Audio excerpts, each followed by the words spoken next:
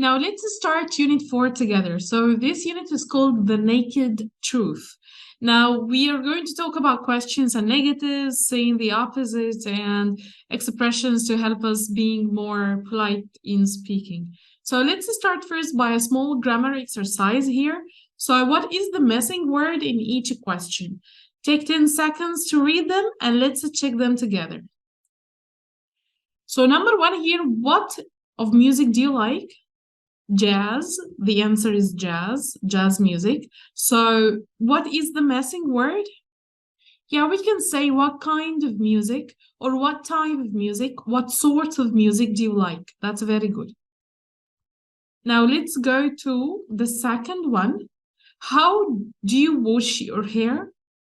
So we can say, how often do you wash your hair or how frequently do you wash your hair? Very good. Number three, who do you look? My mother. So it should be, who do you look like? My mother. Very good, look like.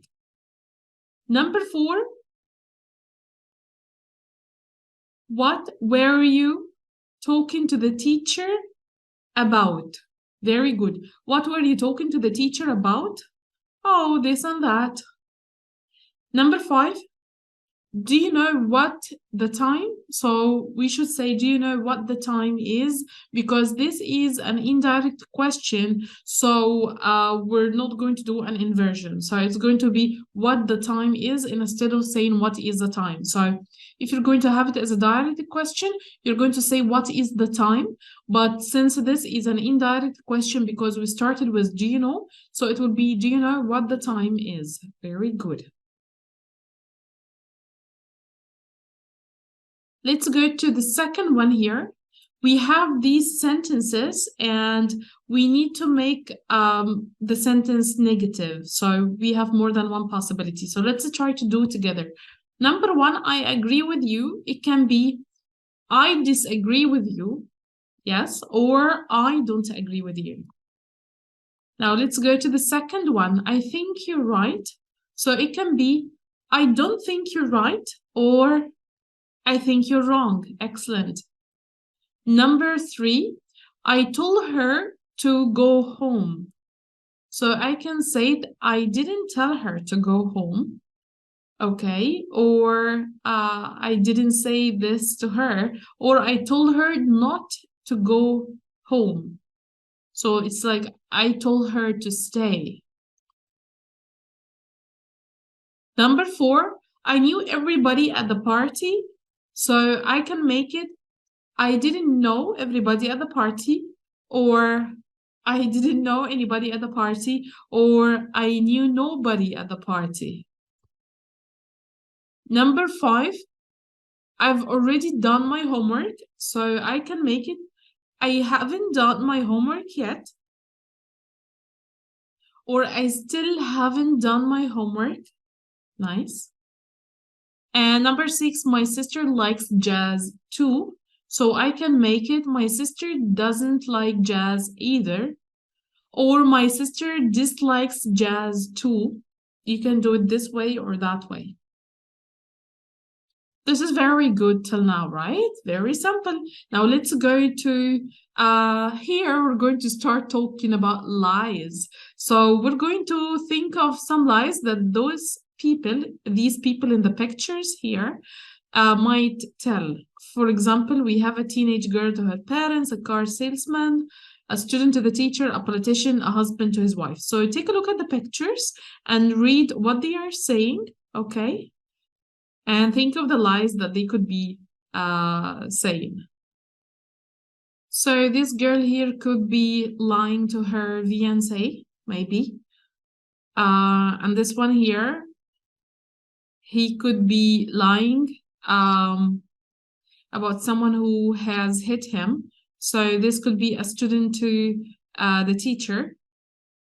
How about here in number three? It could be the girl could be lying to her friend. I think that would be a nice lie if she's saying that the dress looks good. Number four, it could be that the girl is lying to her father. And number five, It could be the man here is lying to his boss. Well, it seems that he's playing golf. And this one here could be lying. She could be a secretary and she's lying to the caller. Now let's do this exercise together. We're going to listen to what the people are really thinking and what is the truth and why did they lie, okay? Let's start to listen together. Are you ready? Here we go. CD2 Unit 4 Tape Script 4.1 1. Oh dear. It's not that I dislike him. I just don't love him. How can I tell him I don't want to marry him without hurting his feelings?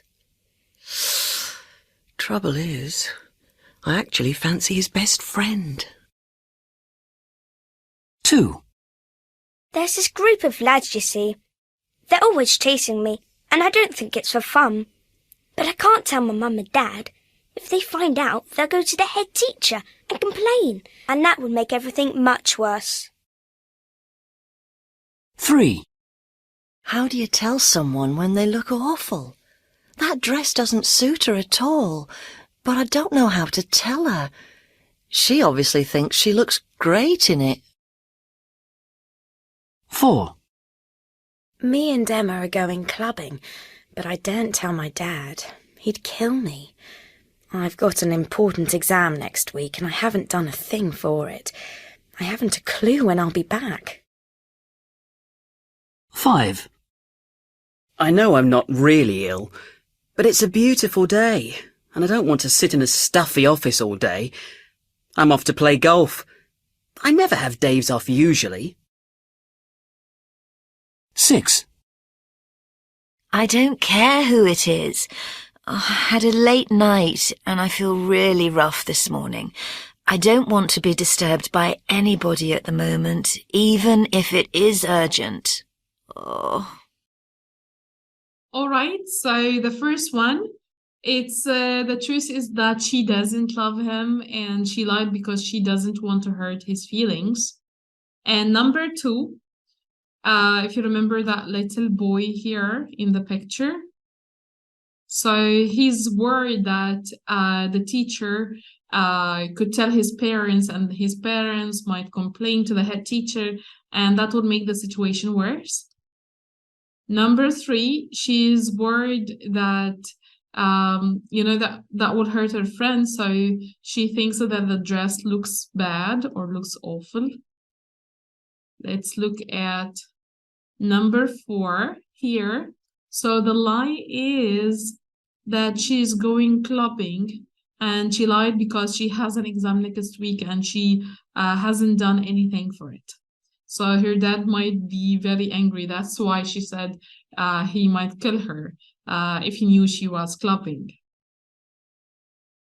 And number 5, the truth, he isn't really ill. As you see in the picture, he just doesn't want to sit in an office all day. He wanted to play golf. And the last one, number 6, the truth is that she isn't really in a meeting. She lied because she feels rough or unwell after a late night. Okay, let's solve this exercise together. So, which question was each person asked before they lied? So, let's read the first one here. Don't you like my new dress? It's going to be picture 3, yes. So she's going to say after that, honestly, it looks great. It really suits you. So let's do number 2 together. So can I speak to Howard Jones, please? It's urgent. So it's going to be with the picture. Which one? Do you remember? Yes, it's going to be picture number 6. Very good. All right. And then, how come you're not at work today? You were fine yesterday. So letter C is going to be with picture 5. Letter D here. Who gave you that black eye? I don't think you fell. So it's going to be which picture? Picture number 2, the child. Yes, very good. Tell me where you are going and who with. Yep, that will be the father and the daughter. Yes, picture number 4. And the last one, why won't you marry me? I can't believe it. Or I can't believe you don't love me. So it's going to be picture number 1. Excellent job. So this is 3, 6, 5, and 2, and 4. And the last one is picture number 1. Okay, now let's move to another exercise. Okay, so we're going to read and listen to 2 conversations, and you're going to tell me which one expresses surprise and which one is checking information. Okay? Let's listen together. Tape script 4.2. 1. Don't you like pizza? I can't stand it. I know most people love it, but I don't. 2. Haven't we met somewhere before? Yes, I think we have. Wasn't it at Maria's party?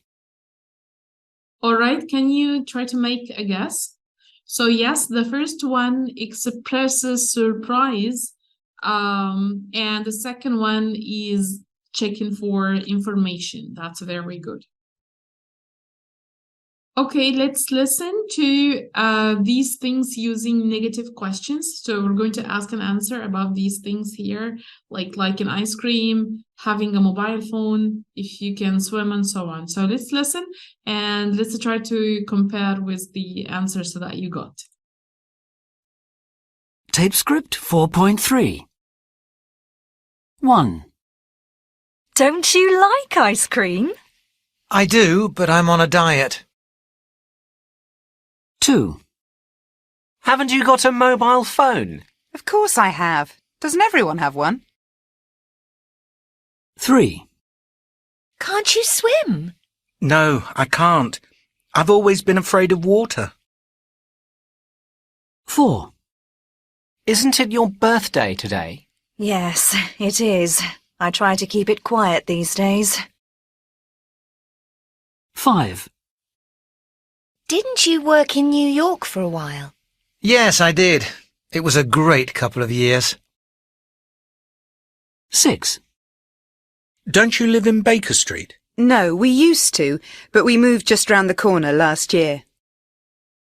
All right, so did you check the different examples for negative questions, like saying, don't you like ice cream? Don't you have a mobile phone? Can't you swim? Didn't you work in New York for a while? Don't you live in Baker Street? So isn't it your birthday today? So all of these are examples for a negative question. Now let's move to another exercise, and if you can go back to the vocabulary video so that you can check some of the meanings of these words. If you forget about them, you go and check the video right now. So let's try to make first some negative sentences about those people, okay? And we're going to use, you can use your dictionary if you like. So we have the word vegan. So you can say, for example, vegans don't eat meat or animal products. Very good. And then we have the word atheist. So atheists, they don't believe in God. So you can say an atheist doesn't believe in God. The third word is teetotaler or teetotalers. So you can say a teetotaler. What doesn't he or she do? Yes, teetotalers don't drink alcohol. Very good. Insomniacs cannot sleep very well. Dyslexics, so you can say that they can't spell or can't read well. A pacifist won't fight or go to war. A naturist, doesn't wear clothes outdoors where possible. So now let's listen to the first part of a description of a man called Milton. Okay, here he is. Can you see his pictures? That's a bit crazy, right? So we're going to try to describe him in these words here, okay? So, and we're going to try to make some negative sentences about him, okay? So let's listen to the description about him and try to describe him from the words we have taken. Tape script 4.4. Part 1. My mate Milton is a funny guy. He's an insomniac, he's dyslexic, and he's an atheist. He's single, unemployed, and lives all alone in a tiny one-roomed flat without even a pet for company. Also, he's vegetarian and teetotal. He's pretty antisocial, actually. You can listen one more time if you need it. So let's try to solve it together. So what are some of the words that he was described by? So he was an insomniac, a dyslexic, an atheist, a vegetarian, a teetotaler, and also that he lives in a small flat. That's very good.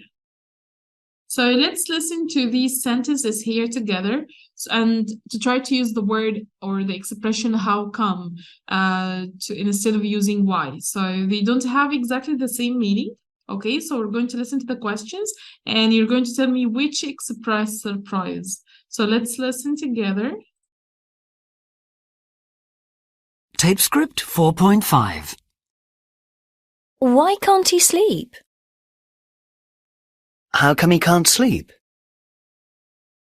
Why did he lose his job? How come he lost his job? He loved his work. All right, so which ones express surprise? Yes, so how come he can't sleep? And how come he lost his job? They both express surprise. Very good. So you can now use how come if you want to to show a surprise for something that you heard. Now we're going to listen to the full description of Milton, and there are lots of contradictions, like opposite information. And we're going to complete the questions about him using how come. Okay, for example, he lives in a tiny one-roomed flat, so how come he came downstairs to the living room? Or he's an insomniac, so how come he overslept? So let's listen together. Tape script 4.6. Part 2. I went round to see Milton last Sunday. As I walked up the drive, his dog started barking. His wife answered the door, and she called for Milton to come downstairs and join us in the living room. He was in a bad mood because he had overslept that morning and had been late for church. He also had a bit of a hangover, which he told me was the result of a wild party that they'd had at his house the night before. They'd had a barbecue in the garden with steaks and burgers. One of his favourite pastimes is doing crosswords, and he spends every lunch break at work doing them. "So, how are you, Milton?" I asked him. "K.O., mate, K.O. How about you?" Anyway, as I said, Milton's an insomniac, dyslexic atheist. So the joke is that he lies awake all night wondering about the existence of dog. Get it? All right, so let's try to solve it together. You might need to listen to this audio more than once. So let's try to solve, he's single. So the third one here, he's single. So how come his wife answered the door? He's single, so how come his wife answered the door? And then he hasn't got any pets. So how come his dog started barking? So how come his dog started barking? Okay. And then he's an atheist. So how come he had been late for church? And then he's dyslexic. So how come one of his favorite pastimes is doing crosswords? Well, that would be very difficult for him. He's unemployed. So how come he spends every lunchtime at work doing crosswords? He's teetotal, so how come he had a bit of a hangover? You know, after drinking alcohol, people suffer from hangover. And then we have he's vegetarian, so how come he had a barbecue with steaks and burgers? And the last one, he's antisocial, so how come he had a wild party? That's very good. One of the ways that we can ask for more information is we can respond to a statement with a short question to ask for more information. For example, Milton had a barbecue in the garden. So we can say who with. And instead of saying who did he have a barbecue with, so we can say who with. Or he lies awake all night wondering. So instead of saying what was he lying wondering about all night, so we can say what about. So let's try with these ones here, okay? She gave away all her money, so we can say who to, like who did she give away the money to? Number 2, can I have a word with you, please? We can say what about? Very good. Number 3, I danced all night. Who with? Yes. Number 4, do you think you could give me a lift? Where to? Yes. Number 5, I got a lovely present today. Who from? I bought a birthday card today. Who for? Like, who did you buy the birthday card for today? Number 7, shh, I'm thinking. What about? Yes, we can say what about. And number 8, I need 5,000 urgently. So we can say what for, like what do you need the money for? All right, so let's try to make the shorter questions into longer ones here, okay? For example, who did Melton have a barbecue with? What is he wondering about? So let's listen and try to get the questions together. Tape script 4.7. 1, Who did she give it to? 2, What do you want to have a word about? 3, Who did you dance with? 4, Where do you want to lift to? 5, Who did you get it from? 6, Who did you buy it for? 7, What are you thinking about? 8. What do you need it for? Okay, so let's say the questions together. If you want to listen again, you can do this and then take notes of the questions you get and then let's check them together. So number 1, who did she give it to? Who did she give it to? Number 2, what do you want to have a word about? What do you want to have a word about? Number 3, who did you dance with? Like who with? Who did you dance with? Number 4, where do you want a lift to? Where do you want a lift to? And number 6, who did you buy it for? Who did you buy it for? And number 7, what are you thinking about? Like what about? What are you thinking about? And number 8, and instead of saying what for, we can say what do you need it for? What do you need it for? Very good. So these are the 8 questions, whether we're using the short way or the long way of making the questions for these sentences. Okay, so now we finished these 3 pages of Unit 4 together. Yay, go get a break and then get ready to start with page number 4 from this unit.